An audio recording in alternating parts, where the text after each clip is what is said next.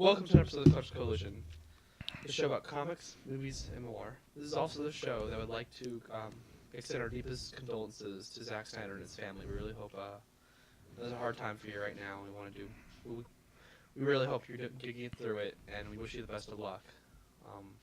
I'm one of your hosts, Christian B, and with me is my best friend and one of the coolest guys I know. I don't say it enough to him, Bennese. I like beer. So we're gonna go into the Zach Synder news a little later, but yeah, we got some stuff to say about we got a lot that. of things to say about that. Mainly based on the reactions that people have been having about it, and it just really bothers us. We'll get there. So, just a little couple of things. This episode's gonna go actually on time this time. I'm finally feeling better for the three of you that probably do care. I'm gonna still have a cough a little bit. There it is. Yeah. Right on cue. But I'm not feeling as bad as I was. I got better, and then I got really bad for a couple of days. Yeah. Started to feel better again. Still healthy as a horse over here. I hope he gets sick. No, you don't. You're getting. I hope he gets sick. At least I'm not like that one guy. Who? The guy that you guys were watching tonight. That gamer guy. Oh yeah. So let's just timestamp this. The invitationals for Street Fighter V were tonight. Like I watched it and I'm recording right after. And I used to be really into competitive gaming, esports in general, but I kind of dropped off for a few years. And then buddy from work, occasionally he listens to this. How you doing, Antonio? Started getting back into it. Just kind of gearing me to things that I would like. Like I got into Street Fighter V, which was tonight, and Smash Bros, which is fun to watch. It's just fun to watch, so I like it. I've been getting Overwatch, competitive Overwatch, because that's always awesome. I really like it. But no, like I've been getting more into it. So tonight was the Street Fighter V Invitational Finals, and it was ended up being Punk and Phenom. It was great. I love Punk. I instantly became my favorite. I'm like, you are the worst human being, and I love you. He is pretty terrible. He's terrible. No, this guy he beat was from Norway, and he's just like, man, who even lives in Norway? I'm just like, dude, that's so cruel. He's like, yeah, you're having a rough time beginning. He's like, no, I sucked the entire time. Like, I've played better games. I played better than this. I'm just like, wow. But it's alright, I'm the best in the world. I'm like, what is this kid doing? Just watch him go. I like him though. He's fun. He's entertaining. But so yeah, that's my life. I was really happy. I realized what day it was on the drive back home, and I just came straight home, turned it on, and just sat there and watched, and it was worth every cent. So great. Fun. Yeah. What was your week like? It's all right. A lot of work. I'm working all through the weekend. I was working last night, and it was like the last showing for I think like either Baywatch or Pirates of the Caribbean, which I don't know why. Pirates. I think it was Pirates. And a couple people came up and like they handed me their tickets, so I go to rip their tickets, whatever. And one guy, because I have a name tag and it says my name on it, obviously, and so he's like, "It's a me. It's a me. It's a me." And I'm like, and I know where he was going because I've been hearing that shit all my life, and it gets really old. And so I just give him like a half-hearted chuckle, like, "Oh, I've never heard that one before." He's like, "Get it? Because your name is Mario." And in my head, I'm like, "Sir, I have your tickets in my hand. Now is not the time to provoke me. You could be walking home or driving home, whichever. I don't know. Maybe your friends will just, yeah." So yeah, he could at least been clever and went, Luigi! Or he could have not been a dick. That would have been preferred too. I mean, if you're going to be a dick, at least be a clever one. And then, like, I mean, I don't want to, bitch about work too much because I do overall enjoy the job. And, like I think I might have said this before, but, like, if movies are my religion, I'm working in the temple. But we had a completely sold out screening for Pirates at, like, 8 o'clock. So that gets out at, like, 10:24 p.m. and at this point I'm just tired. I came in at like 6 and like it's been, if it's not one thing it's another. Apparently the people at Boca do not know how to eat food. Like they probably just learned yesterday or they have holes in their mouths because I swept up so much goddamn popcorn. And then somebody brought in like, somebody straight up brought in like 4 things of takeout Chinese. And we have a no outside food policy. Yeah, well, like, they weren't even discreet about it. Because, like, sometimes Austin will bring in a snack or whatever. Sometimes you mean every time you see with him? Yeah. Come on now. Like, he'll bring in, like, a cookie cake and, like, a pizza if he can get it in there. All out. He gets, like, he brings this satchel and he passes it off because he's got his diabetes stuff in there. And we're not allowed to look in the bags. But these people weren't even, like, discreet about it. They brought it in, like, the white have a nice day bag from, like, the fucking wherever it is down the street. I think you're the only person that cares. So I had to clean rice out of the carpet. You know how hard that is? With a broom? Hard. With a broom? Yeah, it sounds hard. Yeah. Eh. Yeah. A lot of foxy chicks, though. A lot of foxy chicks. Okay. Reminds me of that Rob Zombie song.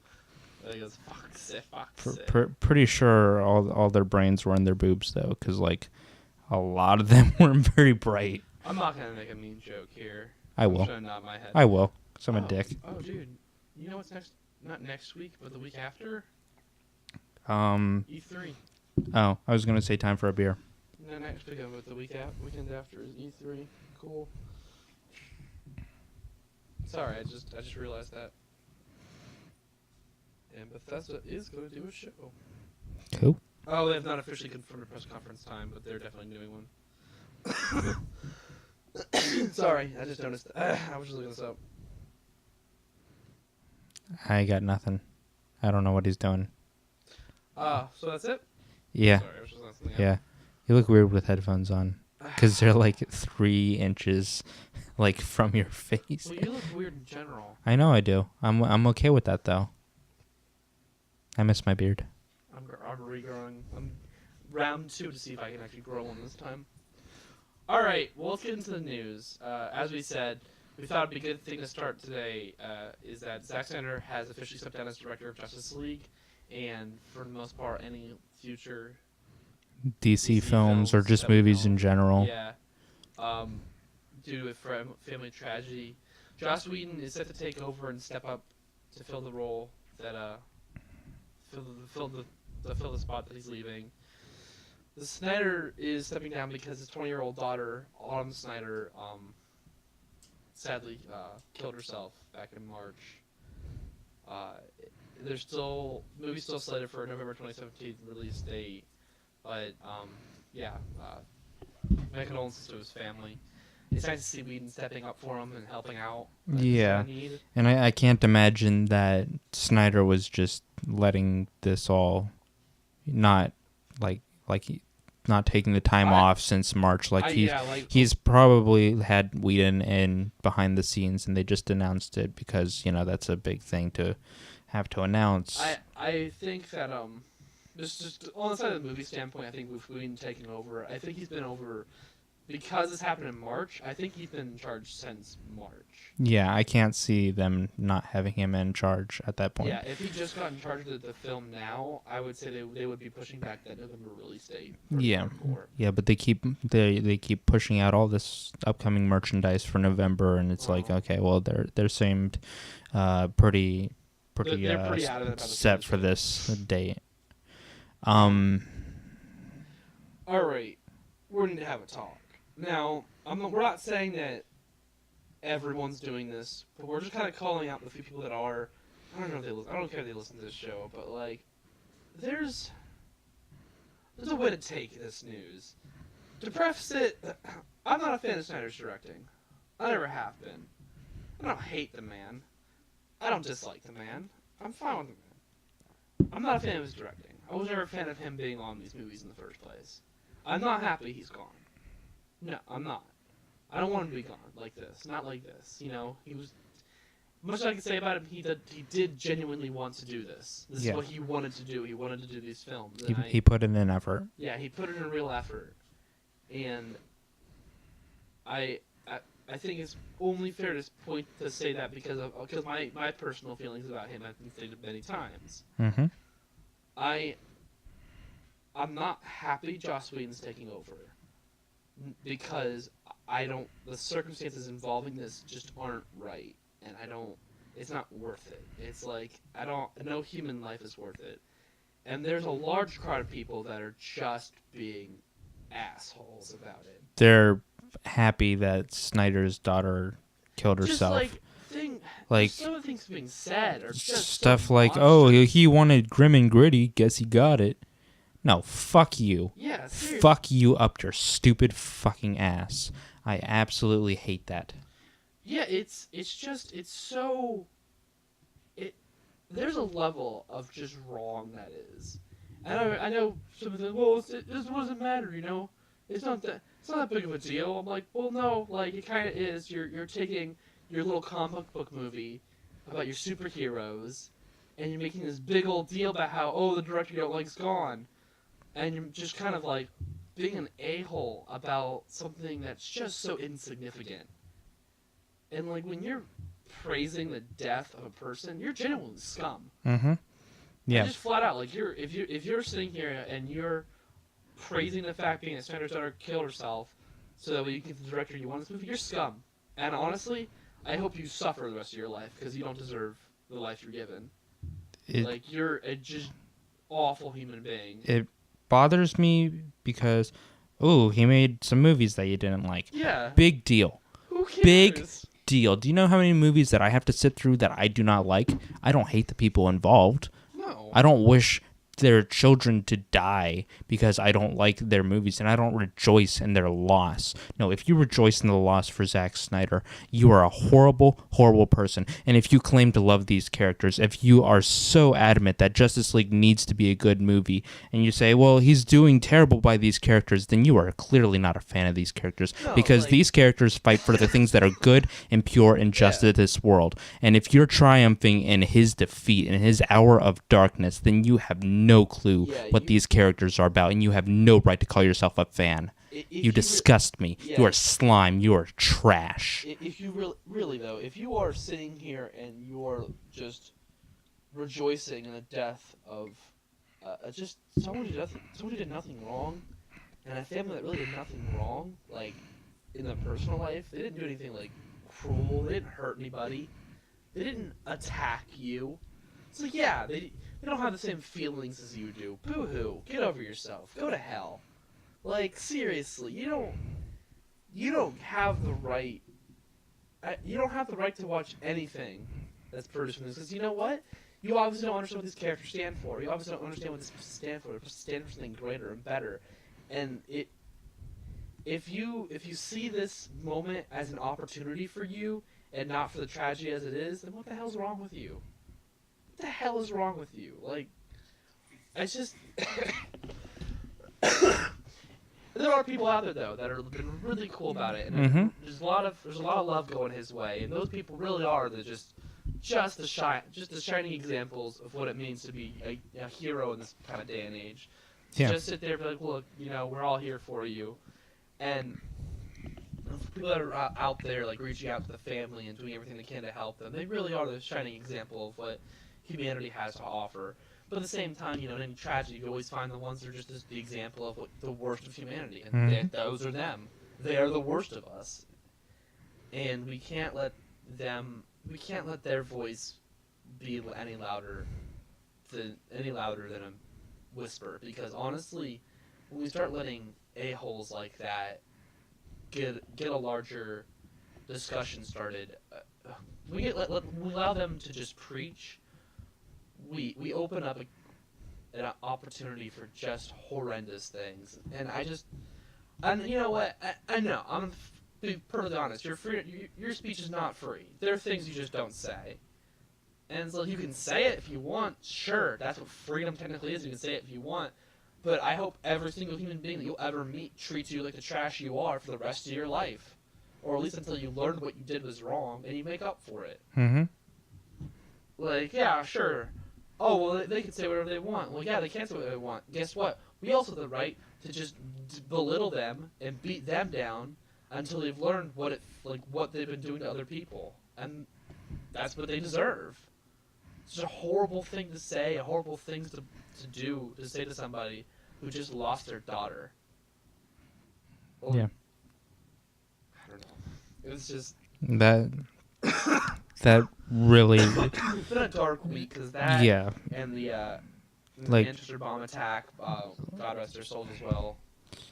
Yeah, like when the news first came out, I saw nothing but overwhelming support for Zach, and that was nice to see because it's split almost 50-50 down the middle on the internet. Either you love the movies or you hate the movies, and either you love Zack Snyder or you hate him. But for the most part, people are like, "No, man, we're sorry. That's a horrible thing." And most people can put aside. Well, that's just like nerd and fandom talk. Like, this is a genuine tragedy, and our hearts are out for you, and we want to help any way we can. That's what it means to be a goddamn human being. And I just can't understand it sometimes. I don't understand just why we still have people that think it's okay to just be like that. I don't know. I'm the first one to make a joke of a tragedy, but I wait.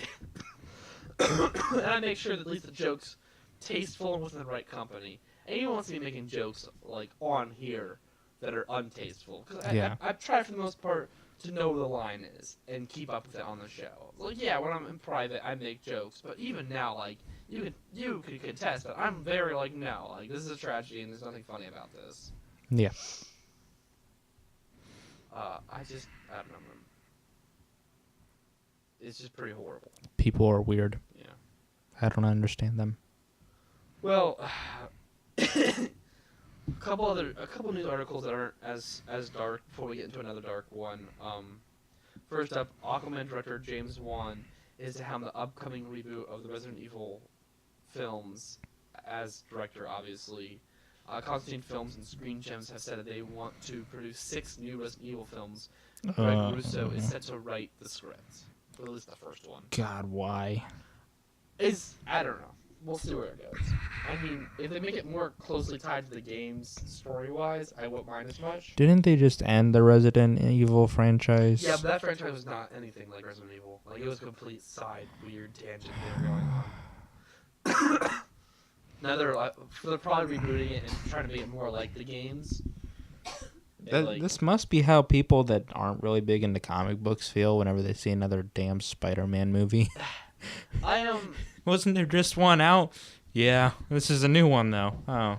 If they tighten it up a little bit and go and focus more on trying to give us a Resident Evil experience and not a generic action film experience, I think I'd be much happier.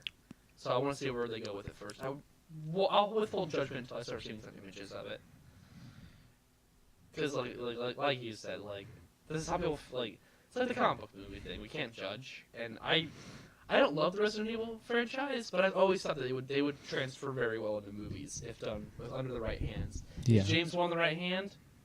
I don't know. I don't know if I've seen any of his other Let's stuff. not have that conversation. We've watched stuff. I've watched it with you. We watched a couple movies together. What was it? That one puppet one. There's a lot of puppet ones. No, the one with the killer ventriloquist dummy. Maybe. Where they really heavily used the color red. It was all over the goddamn film. I don't remember. I remember Pinocchio's Revenge. that classic piece of cinema. You saw Paranormal Activity, right? No, not Paranormal. You saw the first Saw, right? Yeah. You did the first Saw. Oh. The first Saw's not too bad. It's fine. You saw the what's those new supernatural, the newer supernatural film that I like that you weren't a big fan of? That's a lot of them. It's a Was it Blair Witch? That I liked and you weren't a big fan of. Because nobody liked Blair Witch. It just came out recently. It was quote unquote based on a true story about the psychic. The Conjuring. He apparently worked on the first Conjuring. I didn't care for him. I liked it. I thought it was well done. It's a stupid Annabelle thing. Some real fast news. Justice League Dark loses its director, Doug Liman. Oh. No announcement on the new director yet. Was that the dark news? No. This next one is. Oh. Is like this, I was gonna say, Bean, that's not funny. So, like I said, it's been a dark week. I was gonna mention it in the beginning, but originally when it happened, I figured we'd talk about it again. But then the Zach Synder thing happened, and I thought we could kind of separate these. So the UK premiere of Wonder Woman has been canceled. The UK premiere of Wonder Woman has been canceled due to the Manchester bomb attack. Yeah. That's a shame. Not just for the sake of the movie, just for the fact that it happened, the bombing. No, I think that was really tasteful of them to do that. I'm surprised we're not, but whatever. We don't. America. We don't. Yeah. Capitalism. We don't care about other people's feelings. Like, have you seen just the shit we've been seeing from Ariana Grande? People giving Ariana Grande for no reason. Yeah, because like she's got security guards and she's in her room and she wants to go back home. Yeah, I've seen somebody like, oh, well, she hates America and she's anti-Trump and she's like pro-refugee and pro-Muslim and like she wants to come back here, but like she's pretty much like a woman without a home at this point because like she's pretty much like rejected the United States and like. You're stupid. Like you're so stupid. We live in a day and age that if you criticize your country and everything they do, you're instantly not like if you criticize like I sit here flat out say everything we do I criticize. Mm-hmm. Like there's very few. I criticize because I love my country. Exactly. It's like I know we can be better. Hate Trump? Yeah, I can't stand him. Did I give him a fair shot? Absolutely. When he was elected president, I'm like, all right, fine. Let's see what you got. What do you do? Then 100 days, I'm like, oh, you're complete trash. What do you do? It's like, well, let's see what you do. Nothing? Oh, you're actually a complete garbage human being? Oh, what do you know? So shocker. That healthcare plan, dude, I just can't. Anybody who tries to sit there and tell me they're not bad people, that healthcare plan was made by genuine monsters. People looking to line their pockets. Yeah, like literal monster human beings, and it's just the most disgusting display of just shittiness I've ever seen. And it's just this Manchester bombing, man. It's just okay. There's a story behind this, but why I want to talk about this because like I've been seeing a lot of things going up, and I'm like, yeah, all right, I get it. Jokes are something that a lot of people like to use to help heal. I say there's a time limit though, yep, right? Time and a place, context. There's context. When you post on Facebook. It's like an Ariana Grande Messenger and 57 kill streak on Facebook. That's fucked up. Yeah. Now, about 6 months from now, would I find that kind of funny? Yes. I will not lie. 6 months from now, I would find it mildly funny. We never said we're good people. I never said that. I never said I don't like.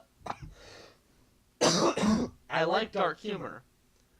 But when you post it literally the day 2 after, days after it happens. Poor timing. So someone posted that on Facebook, a friend of mine. I hope he's listening. I've been doing this to all of his fucking posts. This kid's a piece of shit. The only reason I haven't unfriended him yet is I just enjoy making him angry. Because he likes to post terrible things. Like just people getting beaten for no reason. But why? Like really hardcore sex. I know. And Facebook hasn't blocked him? Oh no, people have been reporting him. So I was just like, this kid was an a-hole in middle school and high school. This kid's an a-hole now. Like we were friends in middle school, and then I realized, oh no, you're just a piece of shit. Oh, I've been going through my Facebook friends and delete. I just getting just the whole purge thing, getting rid of people I just don't care for. I survived the purge. Yeah, right. And I'm not one of those people oh, I'm gonna post about it that I'm purging. Like, no, I don't like you. I don't give a shit what you feel. Yeah. Like, if you get offended, I don't want to talk to you anymore. Then deal with it. But this kid's special place. So we post that a couple days after, and someone's like, "Hey man, this is a little too soon." It's like, no, it's not soon enough. Report. Look, I'll be the first to say I'm not a big fan of Ariana Grande's music. I think it's kind of bland and generic, but you know what? A little gaudy. Yeah, but you know what? People went to a concert to go have a good time and forget about their troubles for an hour and a half. So dude, sue them. Yeah, I'll sit here and say I get it. People don't like Tool. There's a lot of people who don't like Tool. I understand. A lot of people hate Metallica. I get it. I get it, but they have every right to go enjoy a night out and have fun. The bands you like. Yeah, it just sickens me that we can't let people have fun anymore. We can't let people just exist and be. Like, there's one. It's one thing to like make fun of an artist you don't like. It's a whole other thing to be pleased when a group of people die at a concert you don't like. That's just what the fuck's wrong with you? Yeah. Like seriously, what is wrong with you? Like where did we go wrong to where that's okay? Like, I'm not saying making jokes about it's not fine, but when you're just genuinely pleased, a lot of people who have a different taste than you are dead. What the hell? That's horrible. You're a fucking terrible person. Like, you don't deserve to be on this earth. You don't deserve to have human contact. Like, there's this wrong. It's wrong. Like, it's wrong to have those feelings. If you're pleased when a group of people die because they believe something different than you, there's people that did nothing wrong. That's not okay. You need help. You need to talk to somebody. That is not an okay feeling.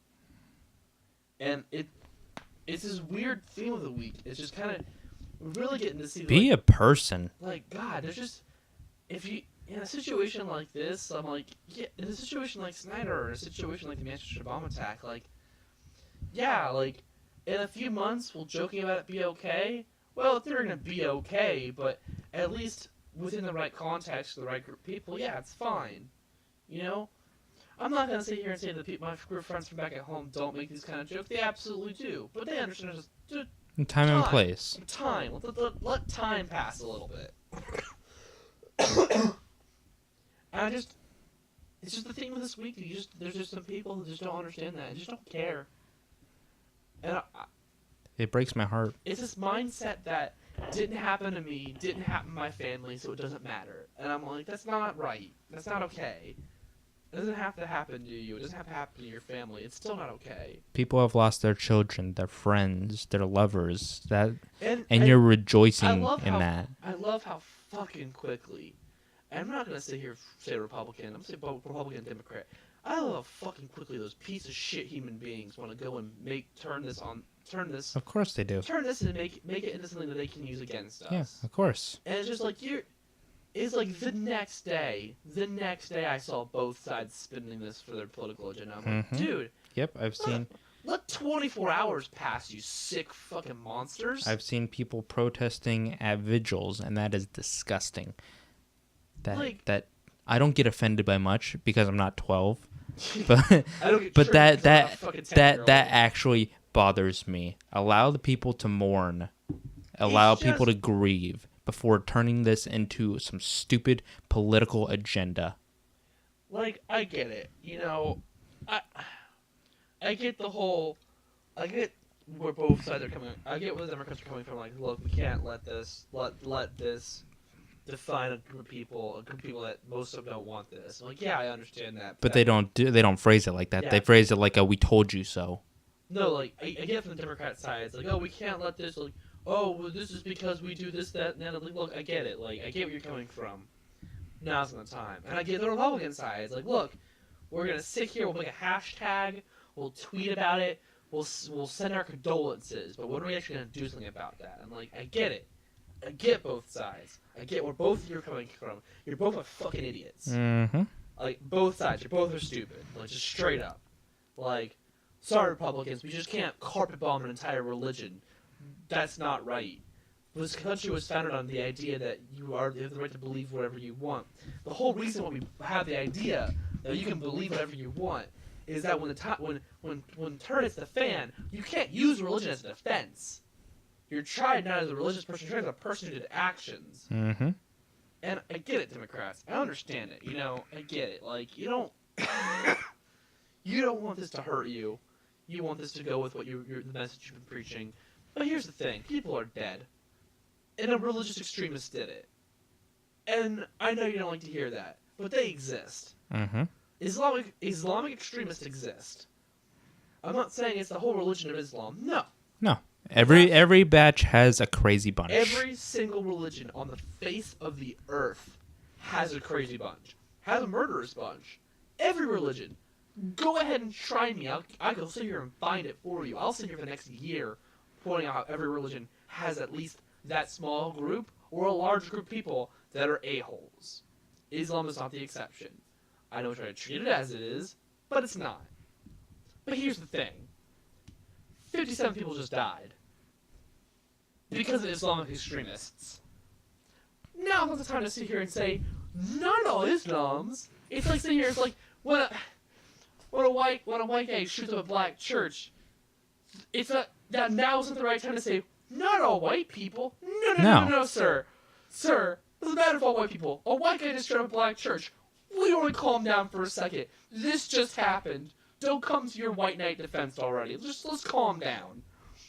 I get you want to defend a group of people, but right now is not the time. Let the mourning process happen. Mm-hmm. Give it a few days. Let everything calm down.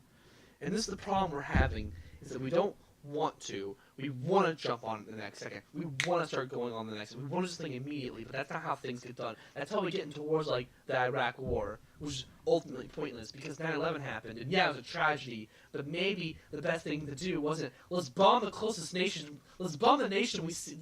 Throw the dirt. That's the nation we bomb. It's not how you solve this problem. It takes time, it takes planning, it takes effort, it takes understanding, and this is ridiculous. It's ridiculous that we have to have this conversation happen at all. We don't have the intelligence to do that. Yeah. I got nothing. I understand. I agree with you. Right. Like most things, I end up agreeing with you. Same. Hey. That's how you know we're buddies, because we suck each other's metaphorical dicks. Metaphor? Okay. Deadpool 2 cast Electric Boogaloo. Jack Kessie as the villain role of Black Tom Cassidy. I got you before you said it. Touche. So yeah, another cast for a villain role in Deadpool 2. Okay. Cool. I'm excited for the film. It had one of the best. Had a great teaser trailer that Mario did not appreciate. Bastardized the Superman theme song. How much money did they have to pay in royalties to use that? It's Fox that does it, right? Does it? Fox does the Deadpool. Yeah, but doesn't 20th Century Fox own that theme song? No. Who owns Warner that Brothers. song? Is it Warner Brothers? Yeah. Warner Brothers has owned DC, DC since 1969. I guess it could be in a parody clause. Actually, I could believe that. Uh-huh. Next up, the Silver Stable Black Cat. It's his ice cream. The Silver Stable Black Cat has been scheduled for October 2018 release date. Is that The film will be titled Silver and Black because Sony are unoriginal hacks. Gia Prince Benny Bythewood I don't know. I can't is say the the helm script. of the director. Christopher Yost, the Thor Ragnarok writer, is currently writing the script based on an earlier version by Lisa Joy. Matt Tomac and Amy Pascal remain on board for the film as producers. Note that the film also has an October 5th, 2018 release date. So 2 Spider-Man style films that aren't a part of the MCU, both coming out in October 2018. Only comic book fans are gonna know Black Cat. They're wasting money. They really are. They're really wasting money. Like considering that. Venom, I get. People. No, I people. don't get, none of these without Spider-Man just don't seem. No, yeah, I agree. Like, at least have Spider-Man in the films if you're going to do a Spider-Man film, because that's, kind of imperative to the story. But, Venom is big enough as a character. People know who he is. Even, general comic book fans know who he is. Unless you're a comic book reader, you're not going to know who the hell Black Cat is. Or Silver Stable. I'm Yeah. If you're a comic book fan, you don't know how who the hell Silver Stable is. Yeah. I do. I mean, that's not true. If you're a Spider fan, you know who she is. You also don't care. Yeah. Now, Black Cat. I'm if cool. Caleb's listening to this, he's just shaking his fist at me. I'm kidding, buddy. I just want to see Black Cat in a Spider-Man film. I And we do were too. so close. We're so close. We were so close. Because her alter ego was in ASM 2. Yeah. And it was kind of cool. She was a cool character. So close. So close. Speaking of Spider-Man, Tom Holland has been cast as young Nathan Drake in the upcoming Sony film Uncharted. The film is a live-action adaptation of the 27th video game Uncharted. The film has been rumored by be targeting for a rated R rating. Hoo-hoo. Ooh, look at you, big boy on campus. Yeah. Big dick on campus. Do you think they'll have to give him a fake mustache? That's right. The matinee morning movie we saw this week, Velocity, had Tom Holland in it with a fake mustache known to mankind. Just so fake. So fake. Oh, I'll talk about the movie later. The movie's a trip. Universal Studios announces its own dark universe, which stars Tom Cruise's The Mummy. Ugh. This summer, Russell Crowe is to star as Dr. Jekyll, and in another dark universe film, Johnny Depp will star as the Invisible Man, and Javier Bardem will star as Frankenstein's monster. No word yet on what they're doing with Dracula. Johnny Depp is the Invisible Man. It was. I told you. It was either be. Well, he's gonna be Johnny Depping around. There's no reason for him to be invisible. He's just gonna be like, "Hoo, look at me! I'm an Invisible Man. Hoo, look at me! Wacky hat." I like when we heard this was happening and we heard Johnny Depp was on it. I told you he's gonna be cast as either the Invisible Man or Dracula. I don't hate him. He just does the same. He's typecast. He's been typecast typecast as that goofy outsider. He's typecast as Captain Jack Sparrow. Yeah. And he's carried that over to Willy Wonka and the Lone Ranger and Dark Shadows. I like the Lone Ranger. I like Dark Shadows, but that's just me. I didn't like either of those. I like the Lone Ranger. Army Hammer was a bad Lone Ranger. I disagree. Godzilla 2 adds Charles Dance, Game of Thrones actor, to its cast. No yet news on what the character's name is going to be. George A. Romero is planning for a NASCAR zombie movie. What? It will be titled Road of the Dead. What? Romero is co-writing it with Matt Berman, who is slated to direct the film. Is that Night of the Living Dead, Romero? Yeah, George A. Romero. Road of the Dead. I don't know how to feel about that. Are the cars zombies? Greg, I don't know. That'd be great. My friend Greg's a big NASCAR guy. Oh my god, it's a Pixar Night of the Living Dead crossover. The first thing I get to talk about is I will, because we're getting a zombie NASCAR crossover, and I wonder how he feels about that. I can just see the... Dale Earnhardt Sr. comes back from the grave. Oh my god. The Bride of Frankenstein is coming in 2019. Bill Condon will direct. The film will be released on Valentine's Day, February 14th, 2019. The film will be part of the Universal Studios Dark Universe. I should put this up a little earlier, but yeah. I mean, I like Bride of Frankenstein, the original. Alright. Look, man, the way I look at it is that we'll see how the Mummy is, right? Yeah. And depending on how that is, we can start getting a better idea how this is going to be. And after that, will be whatever the next movie's going to be. We'll just kind of see how they play these characters for a while. We'll give it the opportunity. Again, the untold story of Dracula was supposed to be the first one. Didn't do very well.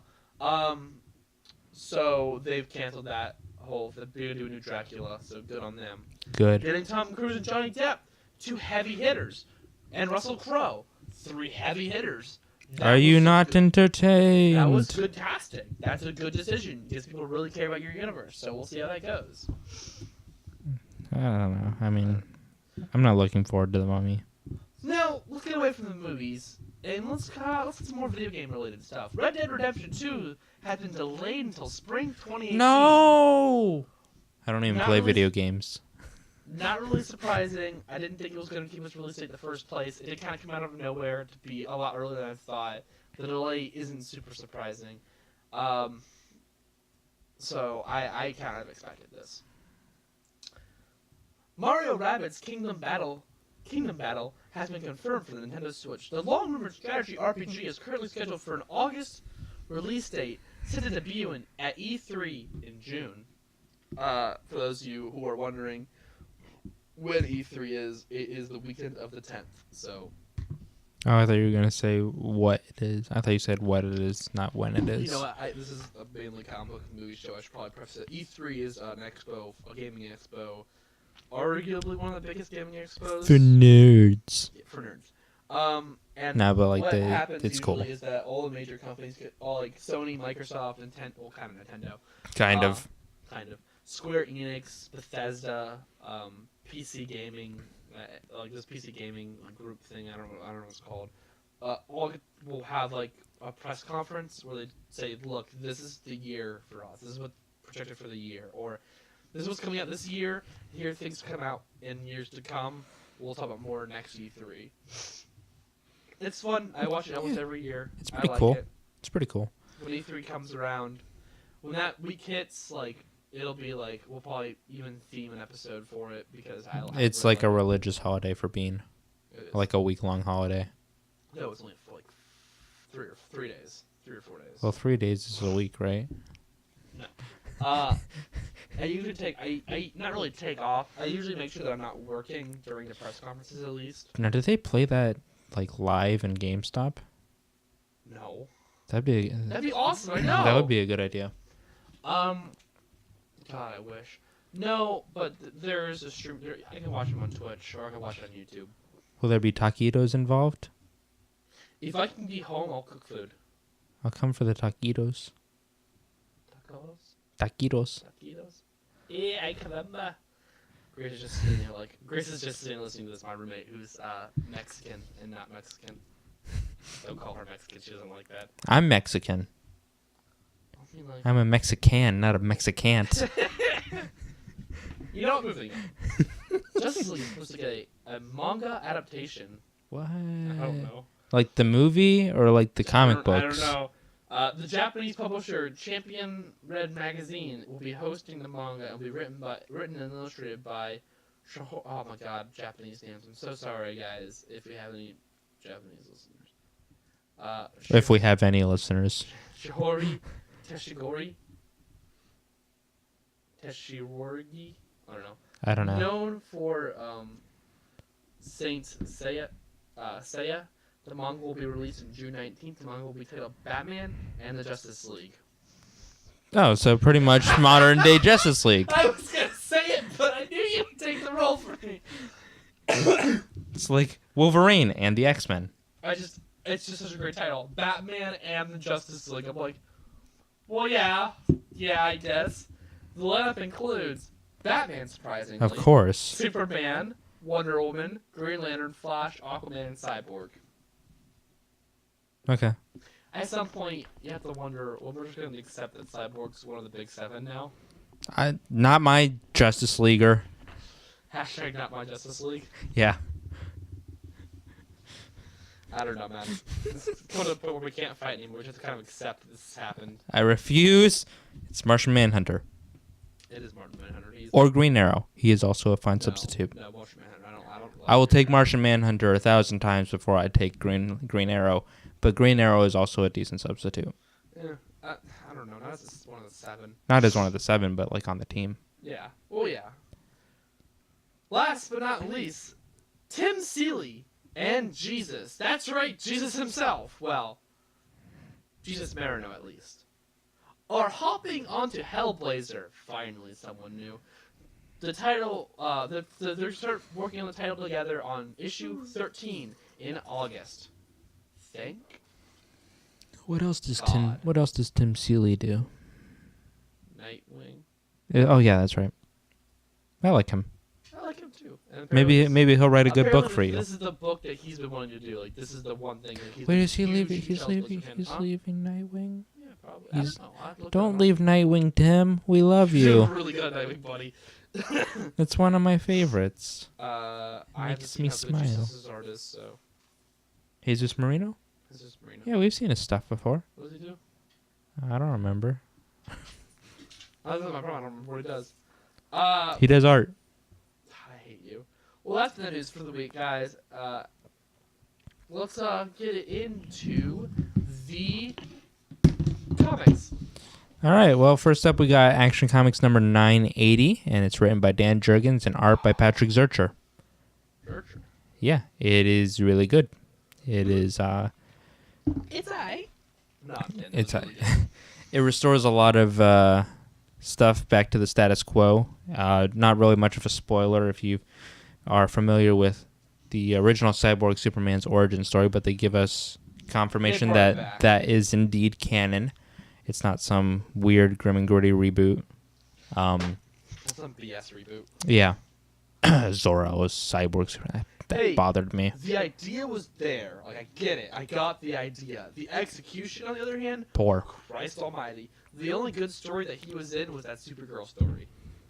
And even then, you hate that story. Mm-hmm. I thought it was interesting. The art in this is great. Oh, yeah. I love it. I would immediately buy like 7 posters of like that splash page with the title on it. I like how they quietly tie in Suicide Squad and Justice Action for like an issue each.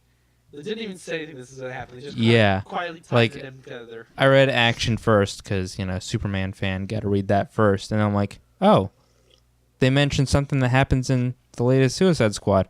Guess I got to read that now. Mm-hmm. I'm like, hey, Bean, read Action, then Suicide Squad. What does he do? No, that was Austin. Read Suicide Squad. That Suicide Squad ties into Action, that it adds context to Action. So I read Suicide Squad first. That's right. Context when going into Action, and honestly, that's kind of how you're supposed to read it. They had to kind of set it up. Kind of. It ends with you seeing them, and then Action Comics begins with them going there, and then the rest of Action is the ending of that. Yeah. So if you're thinking about it in movie kind of standpoint, you get the flashback sequence of being Action and go into, but it doesn't matter because you can read them either way, and it's fine. Either way, I'm excited for the next issue. It's hard to believe they're only 20 issues away from the big 1,000. I'm going to buy every variant. They're going to release like 1,000. I will buy 1,000 variants. I will not eat that month because I will have bought 1,000 variants. I'm going to do the same thing for Detective. I might do the same thing for Action. You know you will. Huh? You know you will. I probably will. Oh, please do an Action #1 reference. You know they're going to. Well, they did it on 1 or 9. Did they do it on 900? They did it on 800. They'll never do a Detective 1 cover reference because it's just so racist. But they may do a Detective 27 reference. Probably. All right. Well, anyway, we got all new Guardians of the Galaxy #2, written by. Wait, hold up, roll back. You know what I do for really cool for Action? If all the variants are the best covers of Action. Oh, please. All redone versions. Oh, please. Dude. Action #9 or Action 300, please. That is such a great cover. Okay, continue. I'm sorry. I just wanted to thought about that. Or 252 or 242. I love Superman. Anyway, all new Guardians of the Galaxy #2, written by Gary Duggan, I don't know, and art by Aaron Cooter. Well, with every Marvel book, I always expect the second issue to fall apart. I liked the second issue. I liked it. I thought it was fun. I think it's interesting. I like how the book has its own obvious story, but the ending of the issue, we get an addition to this obviously what's going to be this next huge story that they're going to have.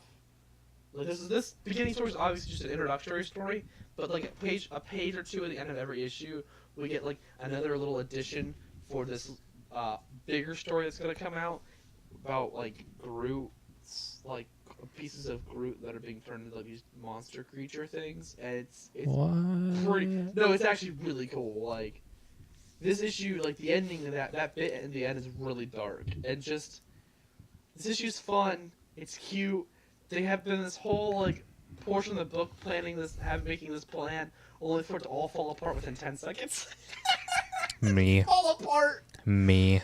I don't know. It's fun. It's cute. It's got a poop joke in there, but it's funny. I like it. We've seen our fair share of poop jokes for the week. God, my God. I like it. It's cute. It's fun. And if you like Guardians of the Galaxy, I'd say it's worth a pick up and try. Okay. Drax is a pacifist. It's still really funny. He accidentally kills somebody in this issue. Does he cry? Accidentally. Does he cry? No. He yells, "It is not my fault. You killed yourself." Is that your defense? That's your defense? That was his defense. He said it wasn't, because he's right. It wasn't his fault, technically. But also, it kind of is his fault. Oh. Should have known better.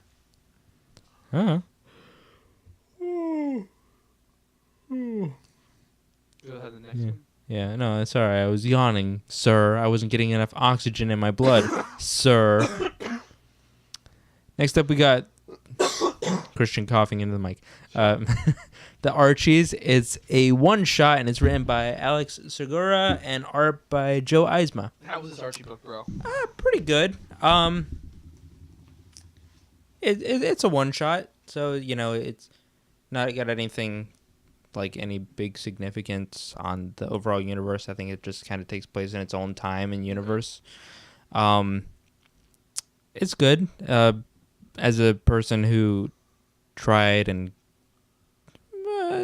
failed to have a band in high school, like a lot of the stuff that was going on in here, it's like, Succeed. yeah, obviously, here I am working at a movie theater.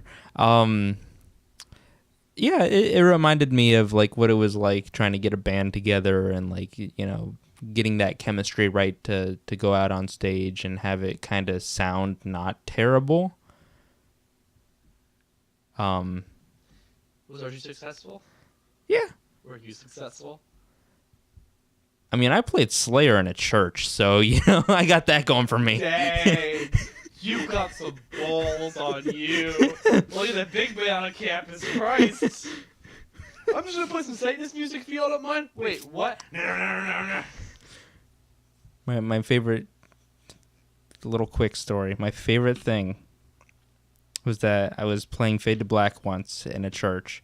I dropped my guitar pick right as that final solo was coming up, and it gets really intricate, so I'm like playing it with my fingers, and I'm like, I didn't miss a beat, and I'm like, oh, okay. That must have hurt. Yeah. It was fun, though. You Nobody- dropped your pick. It happens. Ah, it sucks, though. Yeah. I miss being in a band. I should try and do that again. Anyway, next up we got Batgirl number 11, written by Hope Larson and art by Chris Wildgoose. Was this a wild goose chase? So I'm really sorry that the last Batgirl didn't get a proper review. If you want to know how the last Batgirl was, it was a. You want to know how this Batgirl was? It's an 8 series. I don't know. Like, I'm really unsatisfied with the ending of the story. I didn't realize that this issue was going to be the ending of the story. And as we learned from the last issue, if you read it, if you didn't, you really didn't miss much. You kind of obviously already knew that Penguin's son was a bad guy. Shocker! Didn't take long from the set that, yeah. His villain name became, I am not the Anne's son for you, Penguin. I am Black Sun. And I'm like, dude, that's the most try-hard teenage name I've ever Yeah, heard. that sounds like a 90s grunge song. Black Hole Sun? Yeah. Rest in peace, Chris. Yeah. They found track marks on his arms. That makes me sad. Anyway. Too many dead people. Yeah. I don't know, man. I don't care. The character ended up being really just by the numbers and boring. The ending was actually, the very ending of this book was really cool. I like the implication. I'm interested to see where it goes. The story itself was just underwhelming, and I'm really glad we can move on from it and go to something new. So you So, yeah, it's fine. If you're not a fan of Batgirl, I'd say you don't bother. character devotion for you? For the most part, I like Batgirl a lot, and for the most part, this is a decent interpretation of Batgirl. I just don't know. Nightwing was in it, which was nice. Oh, I like Nightwing. Mm-hmm. Everybody likes a little dick. Continue, jack off. Next up, we got Batman Beyond number 8, written by Dan Jurgens and art by Bernard Chang. Is good. It's good. Is I know you're not very happy with the ending. Oh, no. This book's ending is the worst, and I might drop the book. I've decided, like, I want to see where it goes, but I'm pretty frustrated. I can't spoil it, but the book's really good until the very last final, like, little reveal they do, and it's just such... It's so against a particular character. It's so, like, all they've been setting up, all the work they've put into it, it's now just moot, you know? It doesn't matter. Because this is the future of the Batman universe, right? Mm-hmm. That means that everything that happens in the Batman universe right now is going to ultimately lead to this. Which, unless they do some weird change, or like, oh, it's not actually this person, it's actually this person that's supposed to be, like, you know what I mean, like something weird like that, then I don't care. I don't care about this book, because obviously Dan Jurgens doesn't care enough about how a character's being developed to actually put in the effort to, do it right. I'm gonna give him the benefit of the doubt because Jurgens has been telling stories for close to 30 years. I hope that, and he's been telling very, very good stories. I hope that it turns out that it's not the reveal that they showed in this book isn't the whole story, and if it is the whole story, then I don't care. I just don't care. I've explained it to you why. No, yeah, I get why it upsets you, and it would upset me too. It's just such an offensive thing to do. It's such a F you to a Batman fan, and I'm like, what are you doing? What the hell are you doing? Plot twist: the villain or the reveal is Kite Man. He's a good guy now. God, that'd be the best. Please. Kite Man's a good guy. Just to see how that. Kite Man, heck yeah.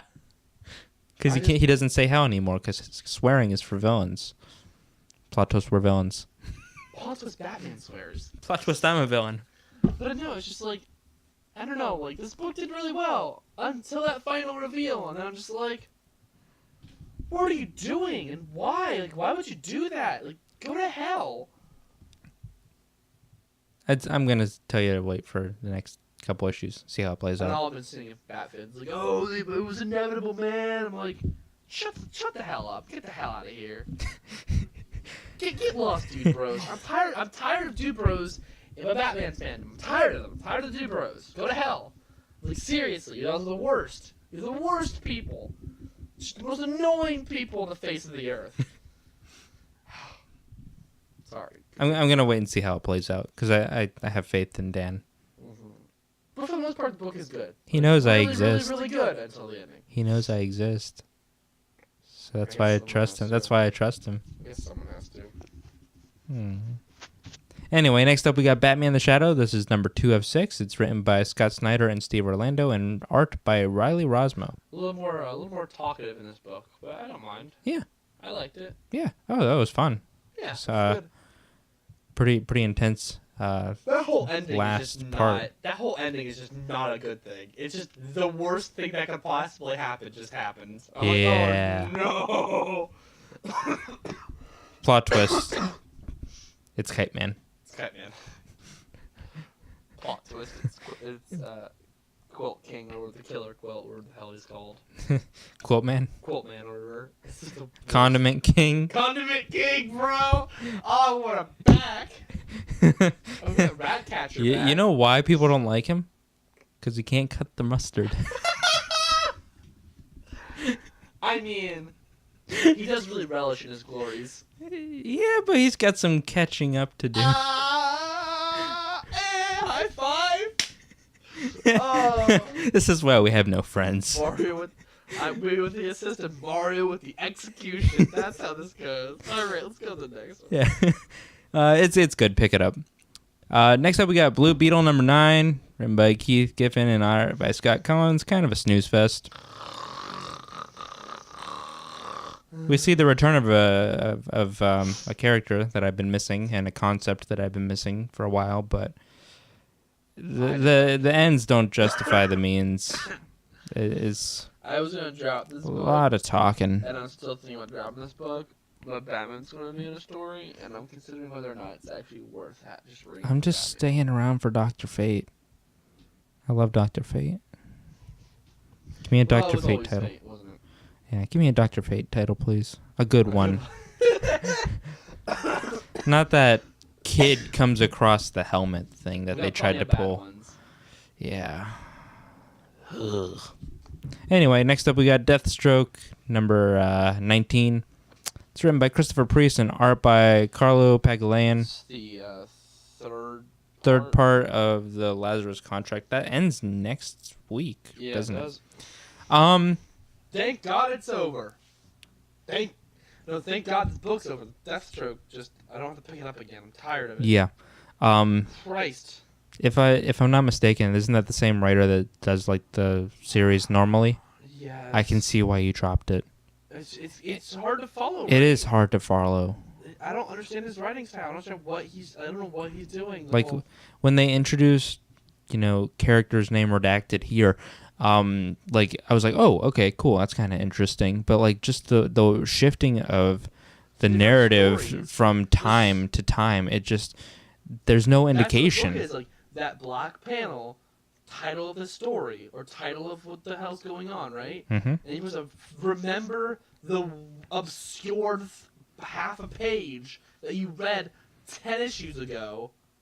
You know the whole thing with him and his son? Mm-hmm. That happened like twice in the entire series. At just random times for like a page. And I'm like, I don't care. Also, there's a typo in here. Somebody asks Slade, "Where have you been?" But it's written, "Where have you been?" Yeah, that's right. I'm like, hey, it's talking to you, buddy. I'm just like, ugh. Eyes It roll. misses you. Yeah, I'm still dropping you. It calls you to the sweet release of death. I'm still dropping you, book. I'm sorry. I'm not interested. Honestly, if it didn't cross over into this title, I wouldn't have picked it up. But yeah, you see my problem with it, right? It's such a frustrating line. Yeah.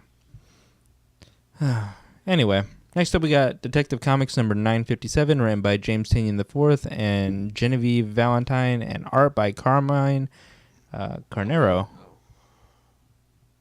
It's good. Spoiler's a brat. She is. She's such a brat. I'm Wrath like, comes back. I get what you're doing, but you're a brat. Wrath from JLA. Comes Yeah, back. and he pretty much begs Batman to consider him a villain. Please, Batman, consider me a I threat. have never seen a villain just so desperate for his approval in my entire life. Put me on your list. Put me on your list. Also, we see Harvey Bullock again. Yeah, which That's is nice. It's a fine issue. It's a lot of talking. A lot of just spoilers Just a filler issue, really. It's a filler issue, man.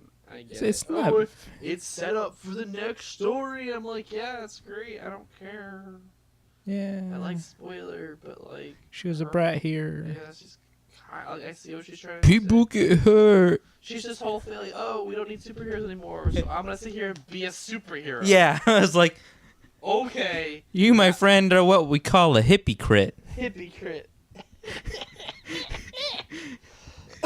All right, Nixon, calm down. All right, well, next up we got Hal Jordan and the Green Lantern Corps number 21, written by Robert Venditti and art by Raphael Sandoval. I like this issue. So do I. God, that ending is heartbreaking. Yeah. Holy crap. Yeah. Dude, it was worth the temptation of that ring. Mm-hmm. They're absolutely right. Yep. Yeah, I enjoyed it. I can't wait to see what happens next. I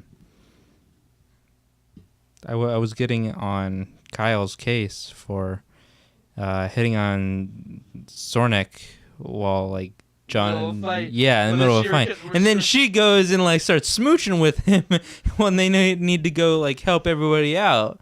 And I'm like, to be fair, they saved the day. yeah, no, they saved the day after a smooch. Priorities, man. Hey man, if the world was ending, we wouldn't smooch at the last second. I'd eat a taco. Oh.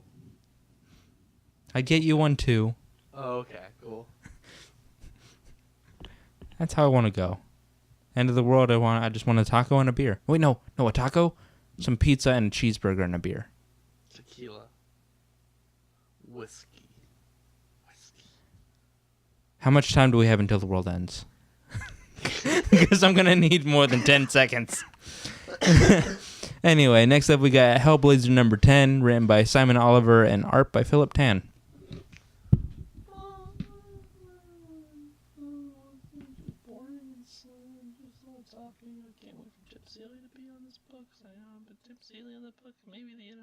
Maybe the story will be actually interesting, and maybe the art will be pretty good, and you can't hear me, can you? No, you can't hear me. He thinks it's just okay. It's just okay. It's fine. I can't wait for Tim Seeley to be on the book, because I'm tired of this. I'm just freaking tired of... What number is it? We are at number 10. I had to deal with 2 more issues with this writing and art team? Come on, man! Mm-hmm. Come on! I'm tired of it. Can we just, like, not... Can we just skip the next 2 issues? Can we just go straight to 13? Nope, you got to read them. And that's a monthly book, isn't it? That's a monthly book, isn't it? Just staring at Mario moaning. Mm-hmm.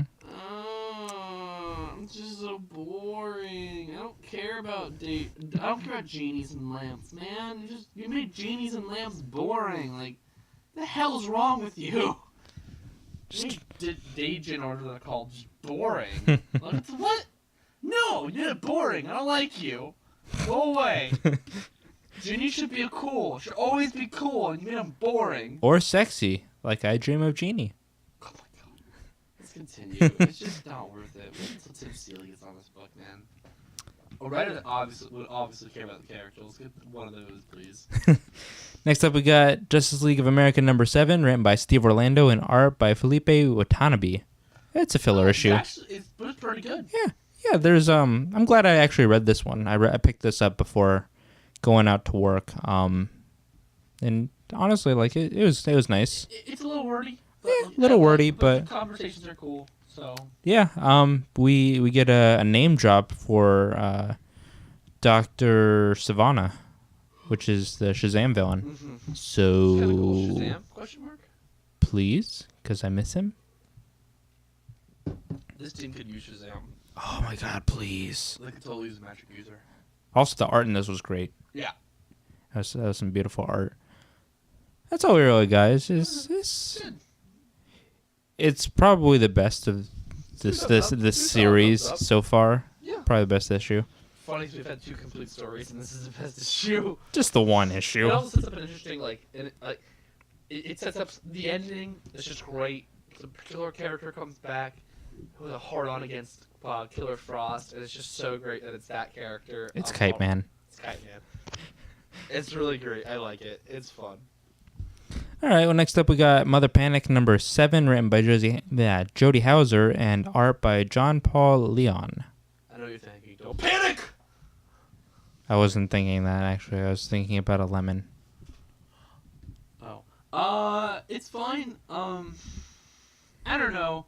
I've just kind of lost touch with this series, and I know that I don't like it. It's kind of boring. I thought it was going somewhere, and then I realized it wasn't going anywhere. And someone kind of pointed out to me, he's like, yeah, you thought it was going there somewhere, right? It's like, yeah. It's like, hasn't it felt like that for every issue? I'm like, yeah, has it not gone anywhere? Yeah. So, what does that mean? Like, it's a bad series. It's a bad series. I'm gonna probably pick up one more, and then the next one doesn't capture me. I'm probably gonna drop the series.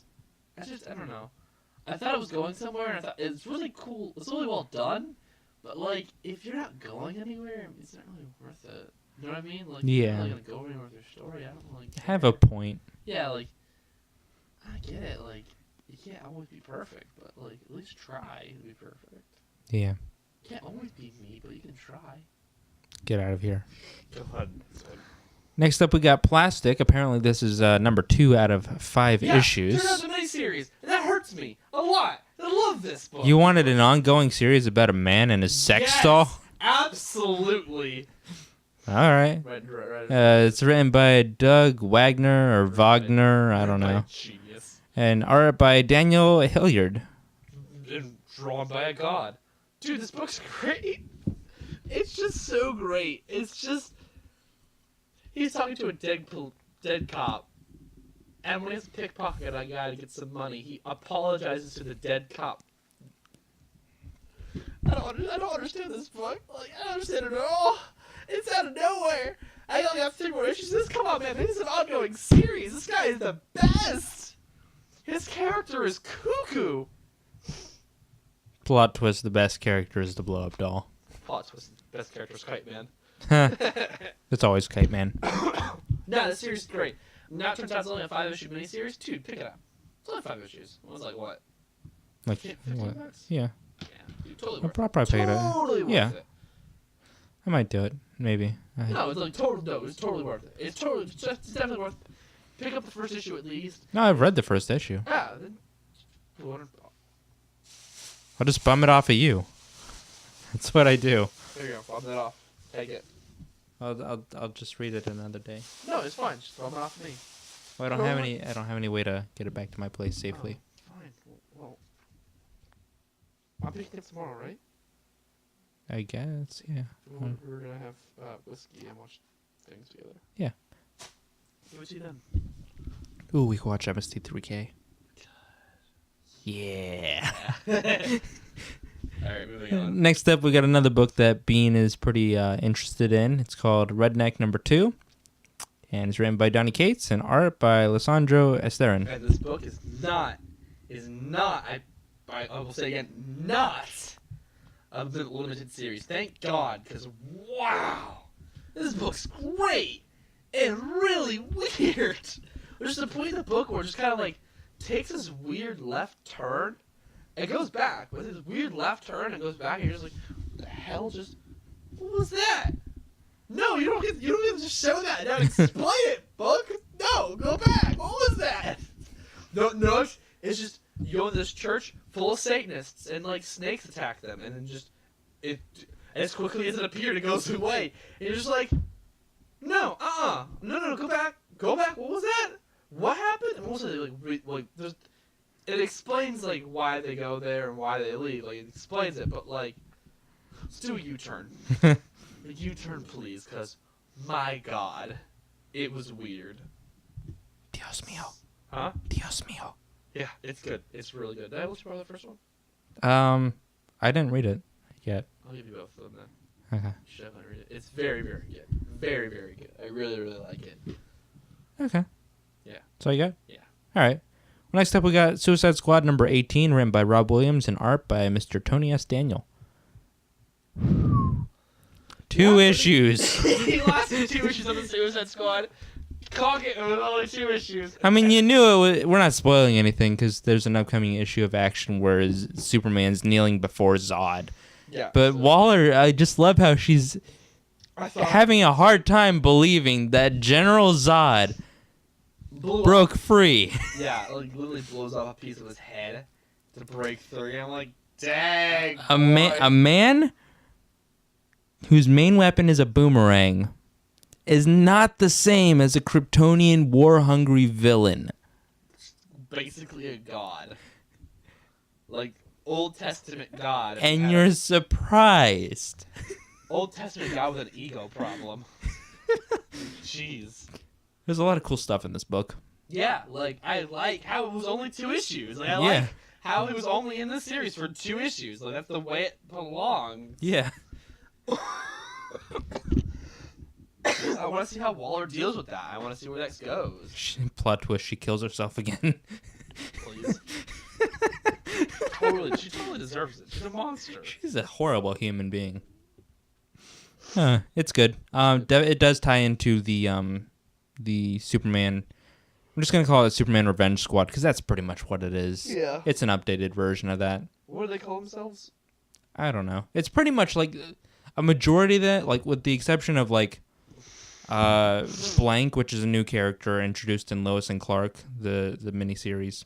General Zod and Metallo. It's pretty much the villains that took on Superman minus Doomsday and the Death of Superman story. Yeah, I remember. Or like that kind of came out of that story. Yeah, because Cyborg Superman came out in Reign of the Superman. Yeah, like they existed before, like Mongol and Cyborg Superman. I mean, Hank Henshaw existed before them, but like the Eradicator and just like those versions of those characters. Yeah. It's Dan Jurgens doing Dan Jurgens thing, and it makes me happy. It's cool. Yeah. I wish he wouldn't screw over Batman Beyond, but whatever. Continue. Next up, we got Wonder Woman #23. This is the final part of The Truth, and it is written by Greg Rucka and art by Liam Sharp.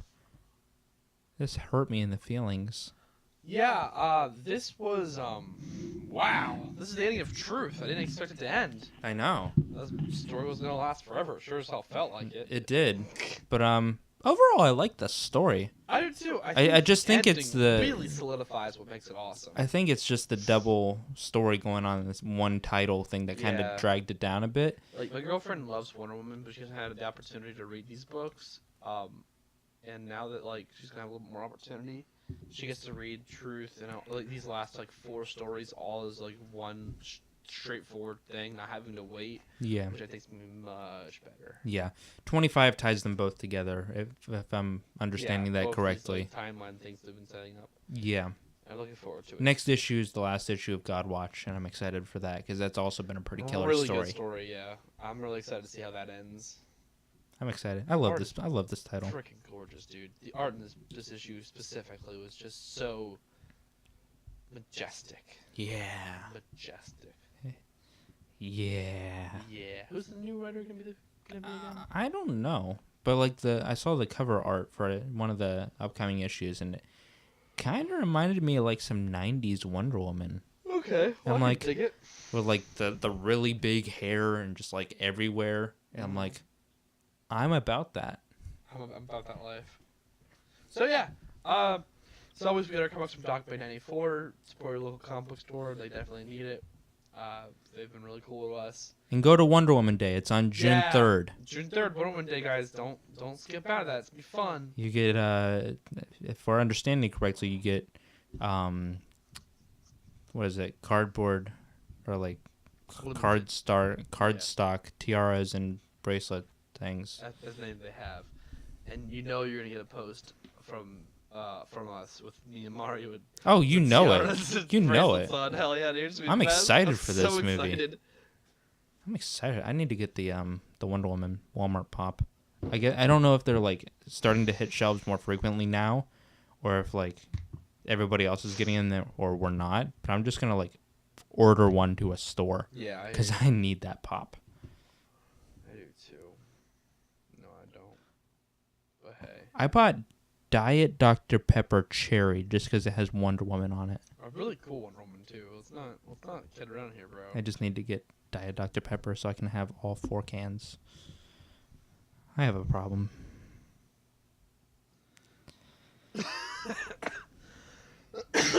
Excuse me. All right. So that's been comics for this week. Let's get into Garbage Day. Garbage Day! This week's Garbage Day is Diary of a Wimpy Kid, The Long Haul. Directed by David Bowers, written by Jeff Kinney and David Bowers, starring a bunch of people and none of them really worth mentioning. Alright. This movie sucks. It sucks. It's tiring. It has one really good moment, though. One really good moment. Well, which one are you talking about? I'm talking about the Psycho moment. Okay. It just completely ripped off Psycho, and it's so great. Yeah.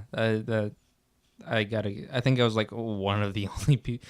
It was 4 people in the theater. It was me, Bean, and then Austin, and then one old ass guy in the very back just munching on his popcorn.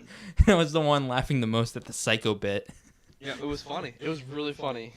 Because kids are gonna get a Psycho reference. I was shocked like when I was in it. I'm like, why are you doing this? This movie sucks. It's cliche. You've seen it before. It's every kid's movie from the mid 2000s. It's just boring. Just so. At the beginning, we were like, "All right, well, how many toilet humor jokes do you think they're gonna have?" Or lowbrow. We all took I gave him a benefit of the doubt. I said, "Well, let's go with 10."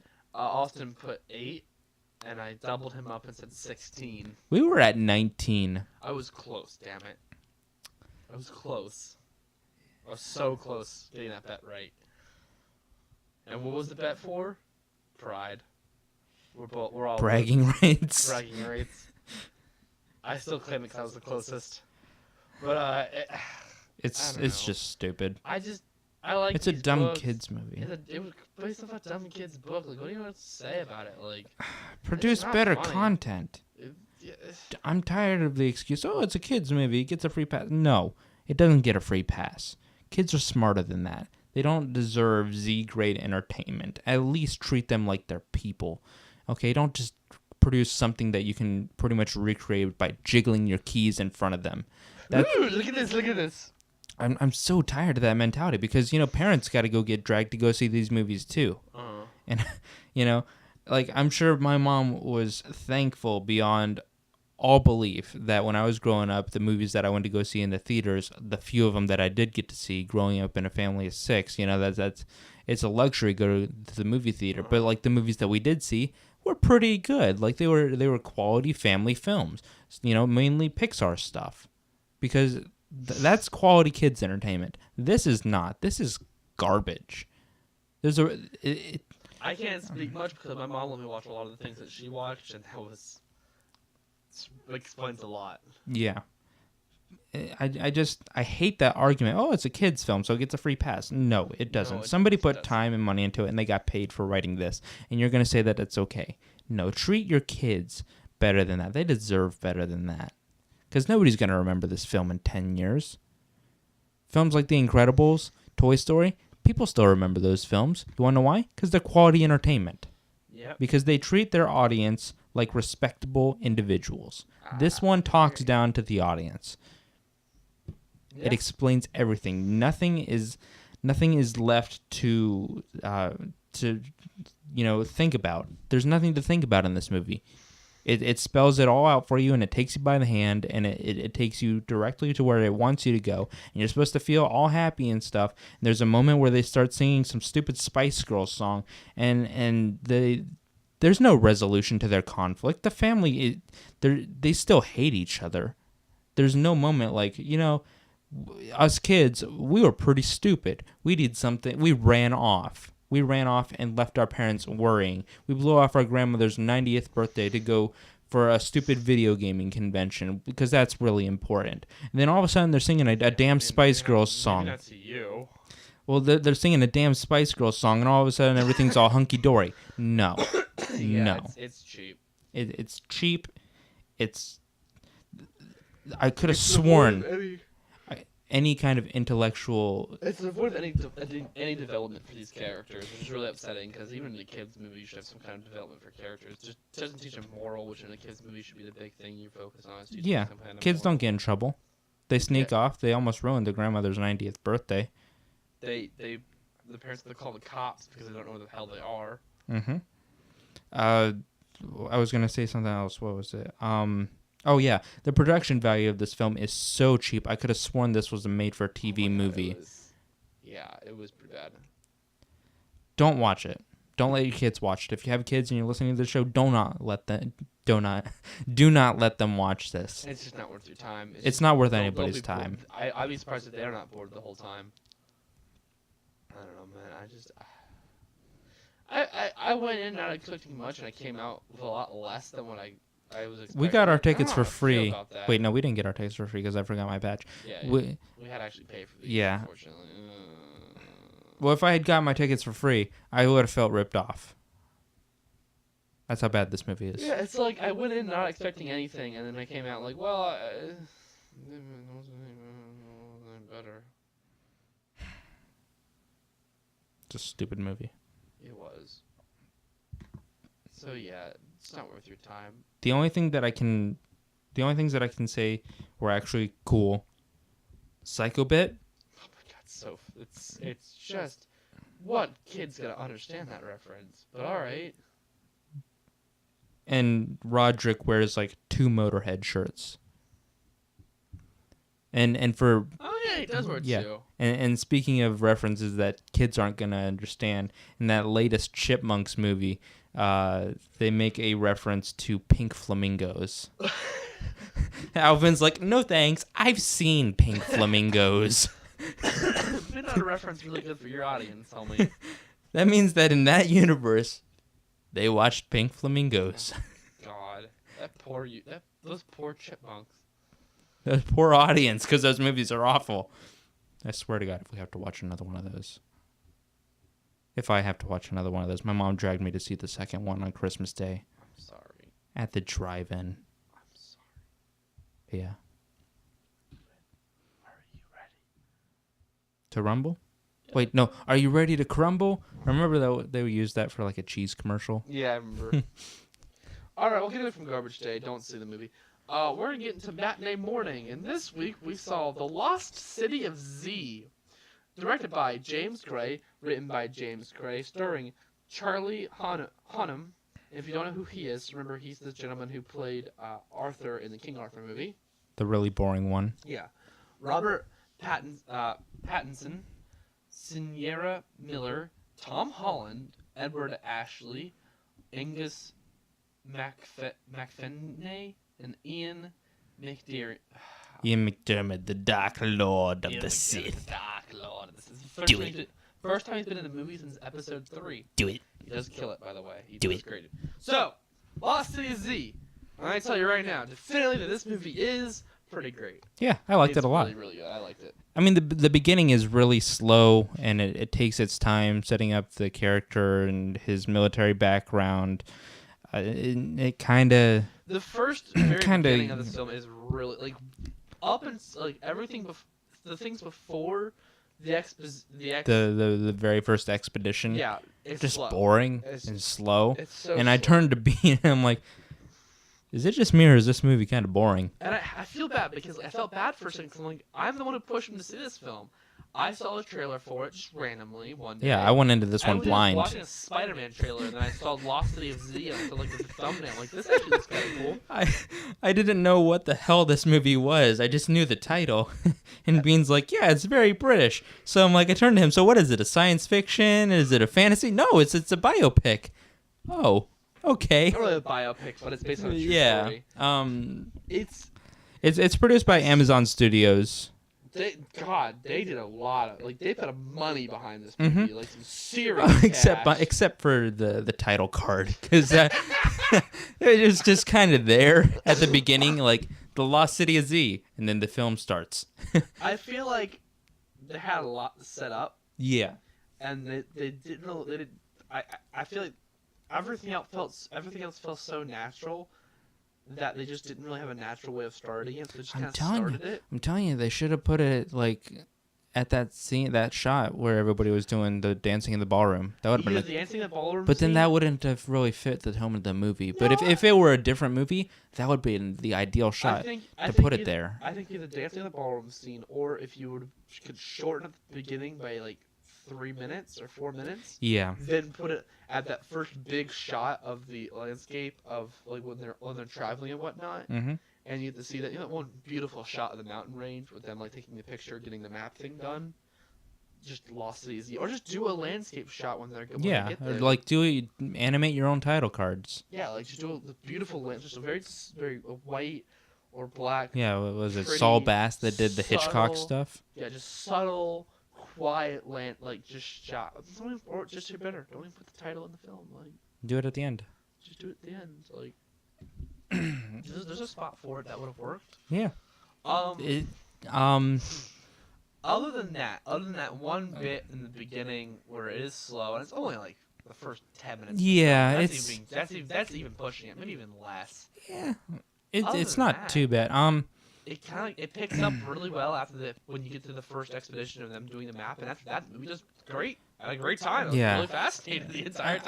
I was kind of lost because like they complete the first expedition and I'm like, is that the movie? Is it over? We were joking about the Credits. Wow, that was a quick movie. Let's go home. And like if I wasn't familiar with the plot synopsis or the story behind the film or the book behind the film. Familiar about the story behind the circumstances this was based on. I'm Yeah. familiar behind that story. I'm not necessarily familiar behind the whole event, but I'm familiar by that one piece. Yeah. I was just like, oh, okay. Well, what do we do now? What's next? Like, are we just gonna like, we're gonna eat tea and crumpets? Crimpets? I don't know. I don't know. I British. like how the film is set up. I like how there's a point in the film where we get into World War One, and it seems pointless, but you have to like read into it and read what they're trying to say with that moment, and it really does fit really well with the rest of the film. This film really does work well. Like at beginning, middle, and end. Like it's very nothing seems wasted. The beginning seems a little longer than it needs to be, but nothing feels wasted. It all feels used. Like they used every piece of it for something, and I appreciate that. And I like that. I like feeling like I like feeling like at the end of the movie, I don't feel like I wasted my time at a part. I don't feel like there's a part of the movie I felt wasted. There's a part of it that was a little slow, yeah, but not wasted. There's a difference. then there was.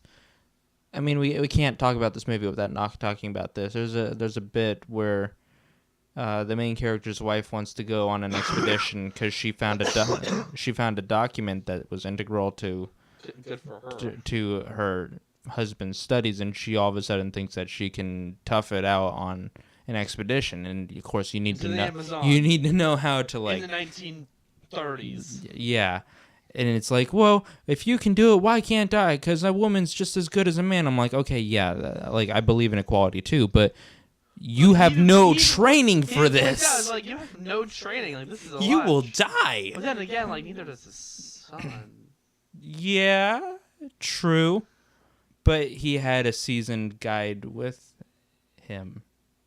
Also, we know it took him a couple years to learn how to. to like get the funding. Like they make it very clear. Yeah. It took a few years. Like he grew a mustache. Quote unquote grew.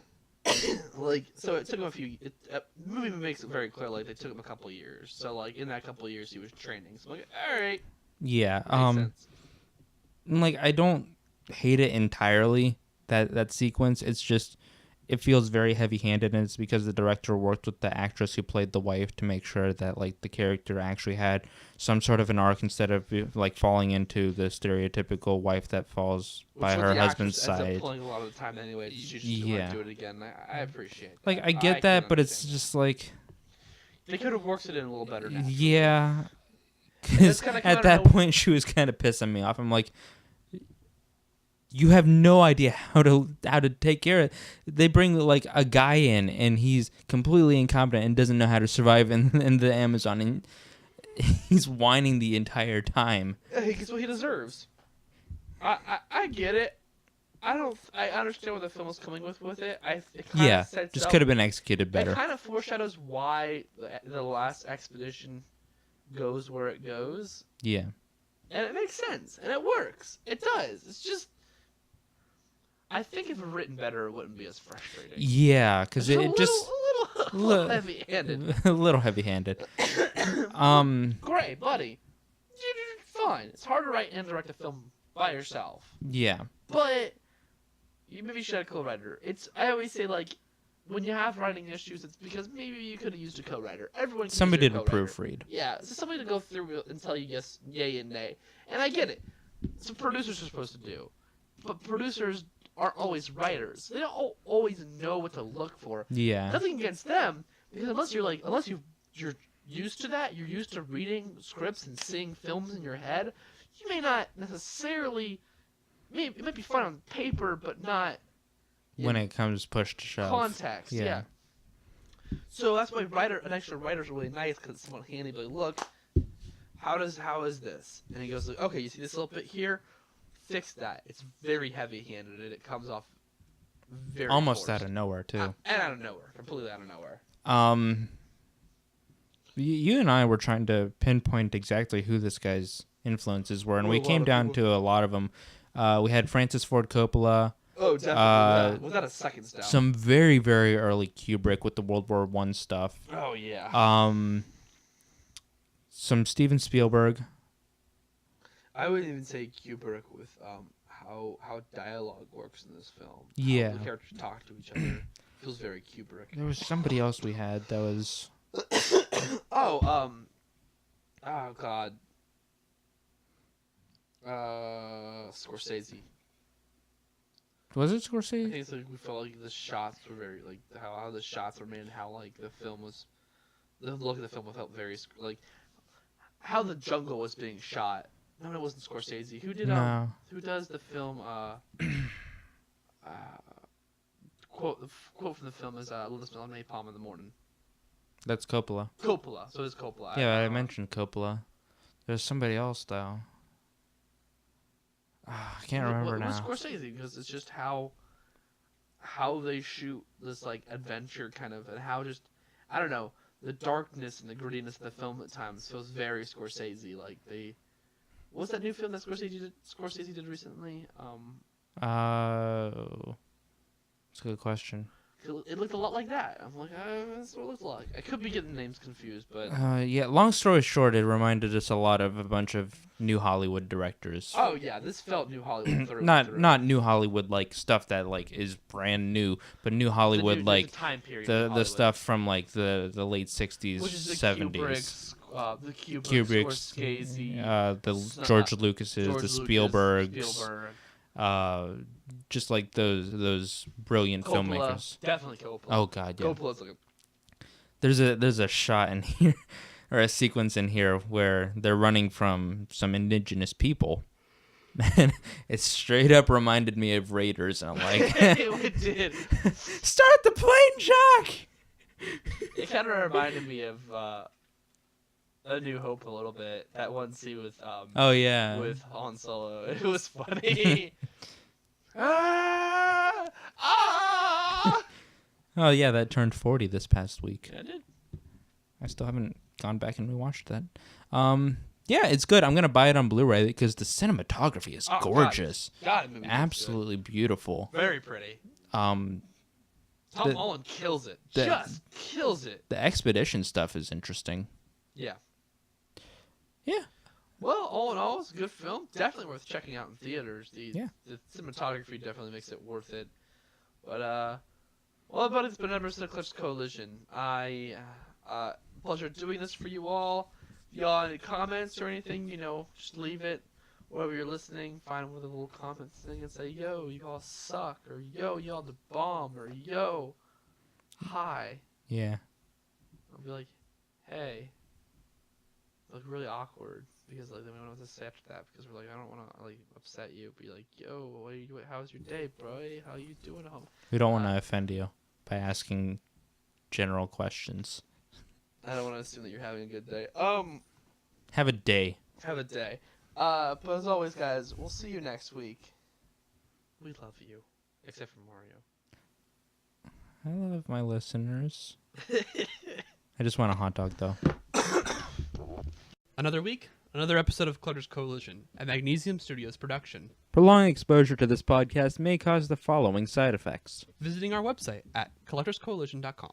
listening to us on SoundCloud, PodOmatic, and iTunes. Subscribing to our YouTube channel. Following us on Twitter at Collect Coalition. Following us on Instagram, Tumblr, and Facebook at Collectors Coalition. Bouts of extreme depression.